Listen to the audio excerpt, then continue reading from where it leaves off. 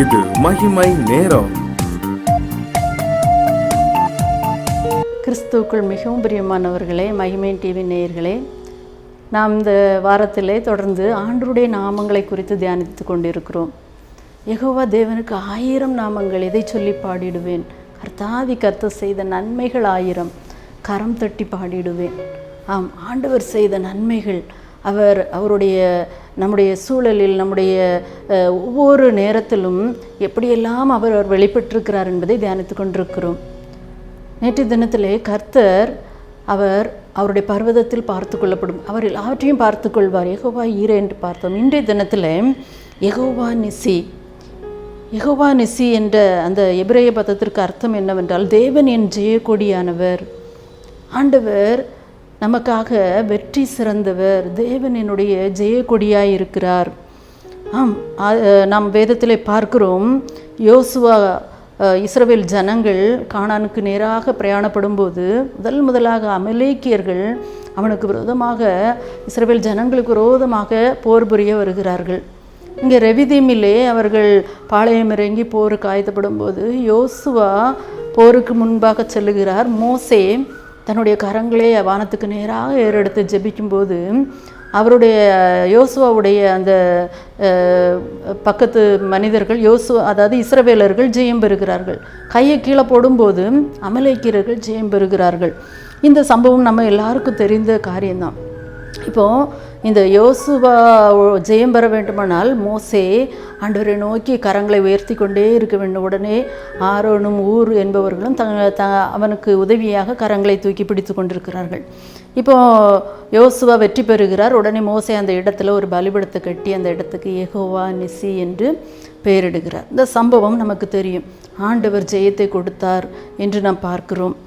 ஆனால் அந்த பகுதியிலே 2 காரியத்தை ஆண்டவர் சொல்லுகிறார் இந்த அமலேக்கியர்களை குறித்து.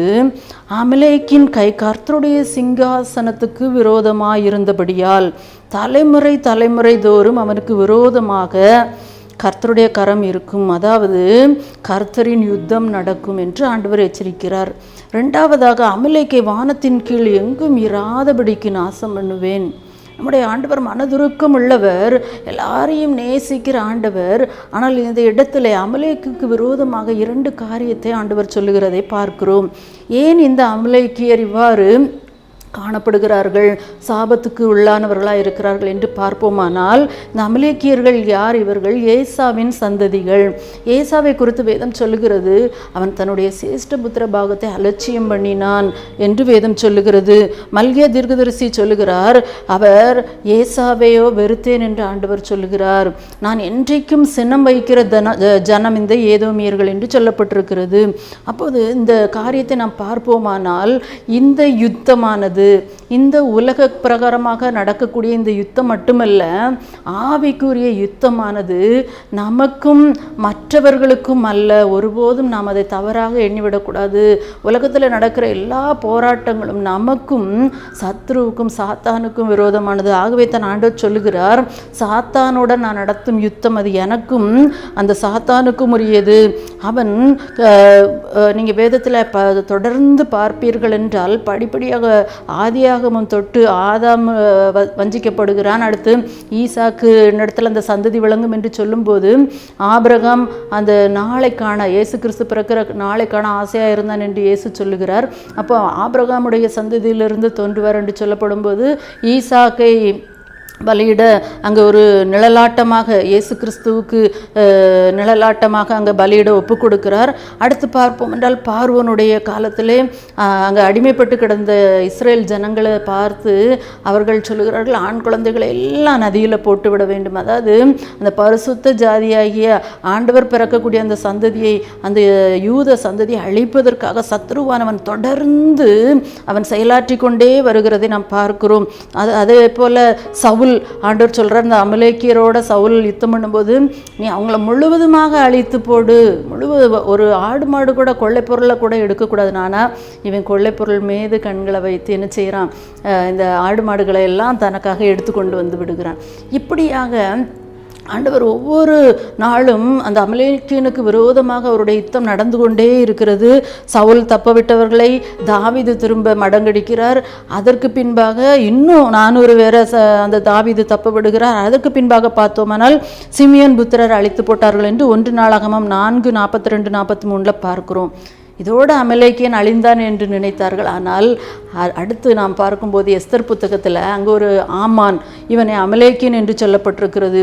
அவன் யூத குலத்தை அழிக்கும்படியாக அங்கு முற்படுகிறான். ஆகவே தான் ஆண்டவர் முன்பாகவே சொல்லிவிட்டார் யோசுவா மோசேயோடு, இந்த அமலேக்கியனோடு என்னுடைய யுத்தம் தொடர்ந்து நடக்கும், அவன் என் சிங்காசனத்துக்கு விரோதமாக இருக்கிறான் என்று சொல்லி அவன் சத்ருவானவன் என்பதை ஆண்டவர் தெளிவாக சொல்லுகிறார். புதிய ஏற்பாட்டில் பார்ப்போம் என்றால் பவுல் நமக்கு அறிவுரை கொடுக்கிறார். நீங்கள் தெளிந்த புத்தி உள்ளவர்களாக இருங்கள். 1 பேதுரு 5:8 நீங்கள் விழித்திருங்கள், ஏனெனில் உங்கள் எதிராளியாகிய பிசாசானவன் கெர்ச்சிக்கிற சிங்கம் போல எவனை விழுங்கலாமோ என்று வகை தேடி கொண்டிருக்கிறான். இந்த அமலேக்கியனை நாம் தினமும் சந்தித்து கொண்டு இருக்கிறோம். ஏனெனில் மாம்சத்தோடும் இரத்தத்தோடும் அல்ல, துரைத்தனங்களோடும் அதிகாரங்களோடும் வானமண்டலத்தில் உள்ள பொல்லாத சேனைகளின் ஆவிகளோடு நமக்கு போராட்டம் உண்டு என்று ஆண்டவர் சொல்லுகிறார். இந்த யுத்தத்தை நாம் நடத்த முடியாது என்று சோர்ந்து போகிறோமா? ஆண்டவர் சொல்லுகிறார். இந்த இஸ்ரவேல் ஜனங்களும் இப்படித்தான் பல வேளைகளை ஆண்டவரிடத்தில் முறையிட்டார்கள். ஆண்டவரே, இது எங்களால் தாங்கக்கூடாது, இதை எப்படி நாங்கள் பண்ணுவோம்? நாங்கள் சும்மா இருக்கும்போது நல்லா அடிமையாக இருக்கும்போது நல்லா இருந்தோமே, ஆனால் விடுதலை பெற வேண்டும் என்று போராடும்போது நாங்கள் இப்படியெல்லாம் பல காரியங்களை செய்ய வேண்டி இருக்கிறது, பல கஷ்டங்களை நாங்கள் அனுபவிக்க வேண்டி இருக்கிறது. நாங்கள் ஆண்டுக்குள்ளாக வரும்போது, விடுதலை வாழ்வுக்குள்ளாக வரும்போது போராட்டம் அதிகமாகிறதே என்று இன்று நாமும் பலர் சிந்திக்கிறோமா? ஆண்டவர் நமக்காக பரிந்து பேசுகிறவராக இருக்கிறார். மோசே அன்று யோசுவாவுக்காக கரங்களை உயர்த்தி ஜெபத்தை ஏறெடுத்தது போல ஆண்டவர் இன்றும் நமக்காக பரிந்து பேசுகிறார். அன்று மோசே சொன்னார், உங்களுக்கு ஒரு தீர்க்கதரிசியை எழும்ப பண்ணுவேன். மோசே எப்படி தீர்க்கதரிசியாக இருந்தார், அதே போல இயேசு கிறிஸ்துவை மோசே வனாந்தரத்தில் அந்த கோலை உயர்த்தி பிடித்தது போல இயேசு கிறிஸ்து சிலுவை மரத்தில் உயர்த்தப்பட்டார். அமலேக்கோடு யுத்தம் பண்ணினது போல ஆண்டவர் இன்று சாத்தானோடு யுத்தம் பண்ணி ஜெயம் பெற்றிருக்கிறார். மோசே கை அசந்து போனது, தளர்ந்து போனது, அதே போல கெத்சமனே தோட்டத்தில் ஆண்டவர் இந்த சாத்தானை ஜெயிப்பதற்கு நிற்கிற அந்த போர் முனையில் துக்கப்படவும் வியாகுலப்படவும் தொடங்கினார். இன்று இயேசுவால் மட்டுமே சாத்தானிடமிருந்து நமக்கு அந்த ஜெயக்கொடியை ஆண்டவர் நமக்கு கொடுத்திருக்கிறார். யெகோவா நிசியாக அவர் நமக்கு வெளிப்படுகிறார். ஏசாயா 11 தீர்க்கதரிசிகள் சொல்லுகிறார்கள், ஈசா என்று அடிமரத்திலிருந்து ஒரு துளிர் தோன்றி என்ற வேத வசனத்தை நாம் பார்க்கிறோம். அவர் அக்கிரமக்காரர்களை துன்மார்க்கரை சங்கரிப்பார் என்று சொல்லப்பட்டிருக்கிறது. இன்று ஆண்டவர் நமக்கு கொடுக்கிற வாக்கு, நீங்கள் நல்ல போராட்டத்தை போராடுங்கள், நீங்கள் உங்களுடைய ஓட்டத்தில் நீங்கள் தொடர்ந்து நல்ல போராட்டத்தை போராடுங்கள். ஒருவேளை நமக்குள்ளாக கேள்வி எழும்பலாம், எப்படி நல்ல ஆண்டவர் தான் எல்லாவற்றையும் செய்து முடித்து விட்டாரே.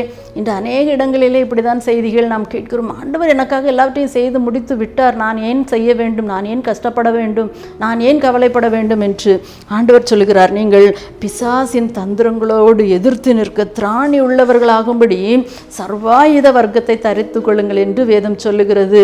ஆம், என்ன போராட்டம் நமக்கு? ஆவிக்குரிய போராட்டம். உலகத்தோடு மட்டுமல்ல, மாம்சத்தோடு மட்டுமல்ல, அந்தகார லோகாதிபதிகளான சத்ருவோடு, பிசாசோடு நமக்கு போராட்டம் இருக்கிறது. இந்த போராட்டத்திலே நாம் சேனை வீரர்களாக, ஆண்டவருடைய சேனை வீரர்களாக புறப்படுவோம். இந்த போராட்டத்திலே ஜெயத்தை கொடுக்க வல்லவரான யெகோவா நிசி நம்மோடு கூட இருக்கிறார். அவர் முற்றுமுடிய ரட்சிக்க வல்லவராய் இருக்கிறார். இயேசு கிறிஸ்து சிலுவையிலே நமக்கு ஜெயத்தை பெற்று கொடுத்தது மட்டுமல்ல, பாவத்திலிருந்து, சாத்தானிலிருந்து நமக்கு ஜெயத்தை பெற்றுக் கொடுத்தது மட்டுமல்ல, அவர் இப்போதும் நமக்காக பரிந்து பேசி கொண்டிருக்கிறார். நீங்கள் ஜெயம் பெற்றவர்கள் ஏன்?